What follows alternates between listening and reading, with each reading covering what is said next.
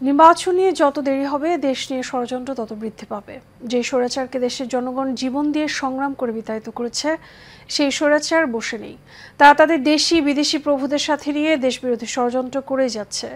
চুয়াডাঙ্গা জেলা বিএনপির দ্বিবার্ষিক সম্মেলনে ভার্চুয়ালি যুক্ত হয়ে এসব কথা বলেছেন বিএনপির ভারপ্রাপ্ত চেয়ারম্যান তারেক রহমান।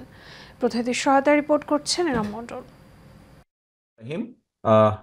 দীর্ঘদিন পর চুয়াডাঙ্গা জেলা বিএনপির দ্বিবার্ষিক সম্মেলন উপলক্ষে এই অনুষ্ঠানের আয়োজন করা হয়। এ সময় বিএনপির ভারপ্রাপ্ত চেয়ারম্যান তারেক রহমান ভার্চুয়ালি যুক্ত হয়ে বলেন, প্রধান উপদেষ্টা থেকে শুরু করে দেশের সকলেই যেসব সংস্কারের কথা বলছেন এগুলো সত্যিকারের অর্থে বাস্তবায়ন সম্ভব যদি প্রকৃত জনপ্রতিনিধিরা নির্বাচিত হয়। এর বাইরে সংস্কার বাস্তবায়ন সম্ভব নয়। আজকের পর থেকে সামনের দিনগুলোতে এই যে জনগণের আস্থা, এই যে জনগণের বিশ্বাস আপনার প্রতি, এটাকে তো আপনার সবচেয়ে বড় দায়িত্ব হচ্ছে ধরে রাখতে হবে। দয়া করে এই ভুলটা করবেন না। যারা ভাবছেন যে সামনে তো ফাঁকা, বিশ্বাস করুন, সামনে একটি অসম্ভব শক্তিশালী অদৃশ্য দেওয়াল আপনার জন্য অপেক্ষা করছে, যেটি ভেদ করে যেতে খুব কষ্ট হবে। কাজে কেয়ারফুল, এখন থেকে সাবধান হতে হবে।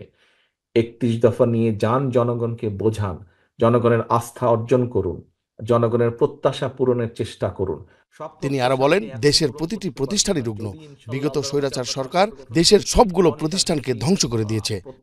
একটু আগে আমি বলেছি, আপনি আজকে কৃষি বলেন, শিক্ষা বলেন, অর্থনীতি বলেন, বিচার ব্যবস্থা বলেন, সিভিল প্রশাসন বলেন, পুলিশ প্রশাসন বলেন, স্বাস্থ্য বলেন, যেই সেক্টরের কথা বলেন না কেন, গত 15 বছরে প্রত্যেকটা সেক্টরকে ধ্বংস করে দিয়ে গেছে। পত্রিকার পাতা খুললেই দেখি আমরা লক্ষ কোটি টাকা বিদেশে পাচার করে দিয়েছে। এই দেশের মানুষের অর্থ সম্পদ বিদেশে পাচার করে দিয়েছে। এই দেশের মিল কারখানা, ব্যবসা বাণিজ্য, শিক্ষা, স্বাস্থ্য ধ্বংস করে দিয়েছে।